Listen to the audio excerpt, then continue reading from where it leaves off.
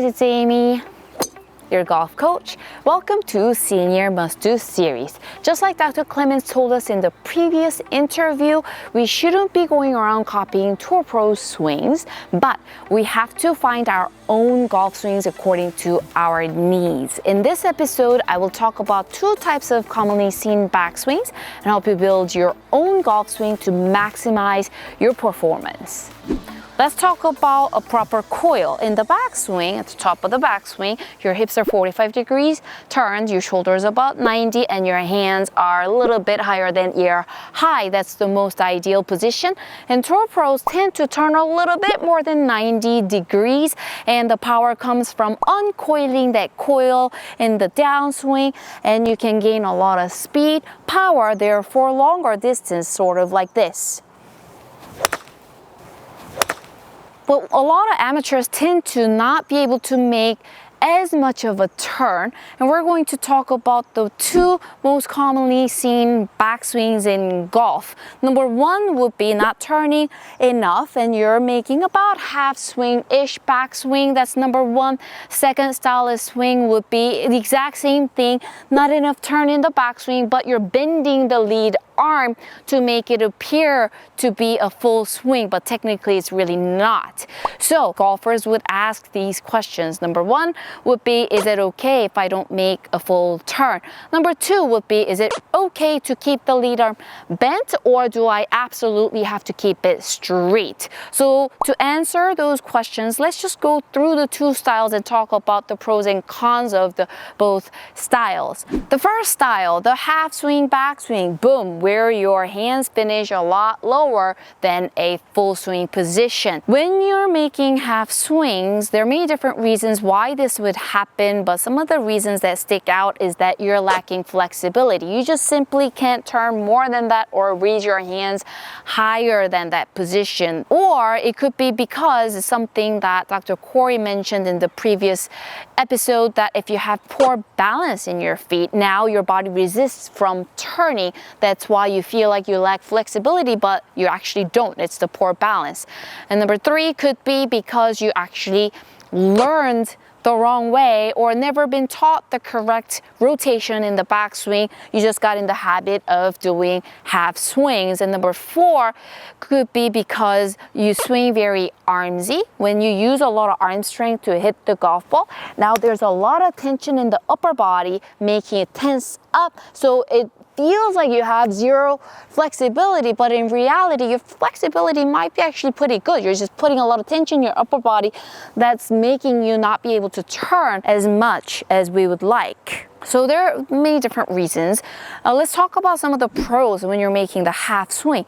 When you're making the half swing, because the synchronization between your hands action and your body action is pretty well lined up, so on the way down you're actually gonna be more on plane, have that club face going into the golf ball more square, because that shorter backswing gives you that kind of advantage to keep your hands in sync with your body. So you're most likely going to make better contact than those who tend to lift or bend their lead arm. That short backswing gives you that advantage of staying in sync. And number two could be that the smaller swing is really letting you swing within your physical ability. If you try to turn more than your body lets you, and you do that over and over with your golf swings, then that's going to lead to various different injuries to your body, and we don't want that. Now let's talk about the cons. Compared to a full turn, obviously, if you're going halfway back, you are going to lose distance. And number two could be because of the loss of distance, compensations can happen. On the way down, instead of just utilizing your coil to go through the ball, you might try and force a little bit more power with your arms and like yank through or help it up. Or you could actually spin your hips out, trying to help with more speed, but any of these can really actually do the exact opposite and hurt your power, making you hit it shorter and more crooked. Now, backswing style number two, when you are making about half swing turn and bending your arm to make it appear to be a full swing, there are many different reasons why this happens. Number one could be because you can only turn halfway due to your flexibility, and this is kind of part of the compensation. Because your distance is so short, you might be trying to help by lifting your hands to try and hit it longer, but we know compensations are terrible for the actual results. Another reason could be because maybe a lot of your playing partners always tell you how small your backswing is and that you need to fix it, it looks terrible, etc., etc. So you feel the need to make a full swing because everybody is commenting on your half swing.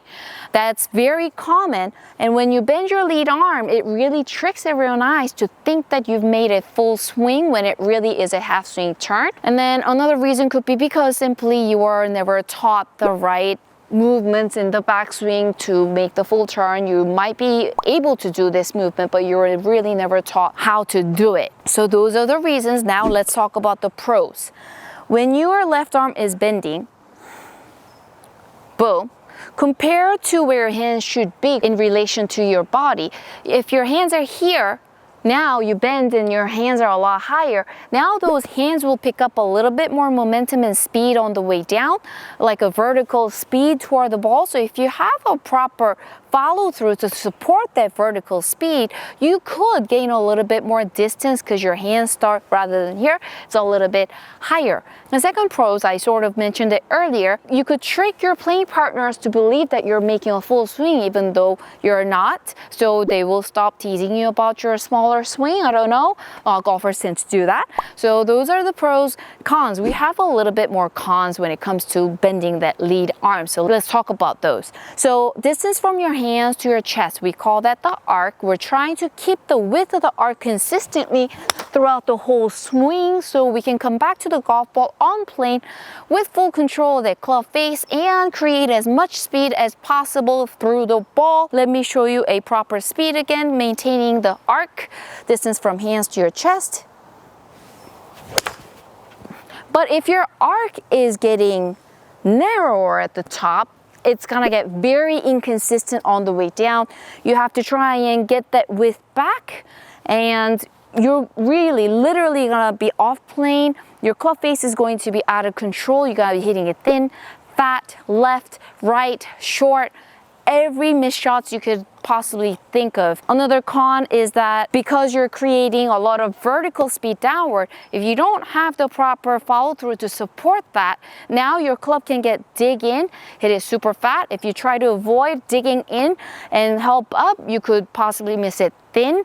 And also you're going to create a lot of pounding into your arms, causing golfers elbows and various different injuries to your body because of that vertical speed is greater, and without the proper follow through to help it through the ball, you're gonna end up with a lot of injuries, missed shots, and also you've seen these finishes where it finishes like at the ball, very small and not the prettiest follow throughs. This is all part of the vertical speed that causes all of those. Now, time for the drill. It doesn't matter if you have the swing type number 1 or 2. I'm going to give you one Aimee drill to help maximize your power and minimize your missed shots.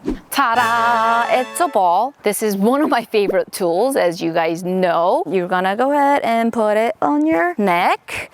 What you're going to do is grab your 7-iron, tee down your ball so you're not hitting off the deck. Just make your life easier when you're doing a drill. And you're going to squeeze the ball between your forearms and you're going to make easy swings in the beginning.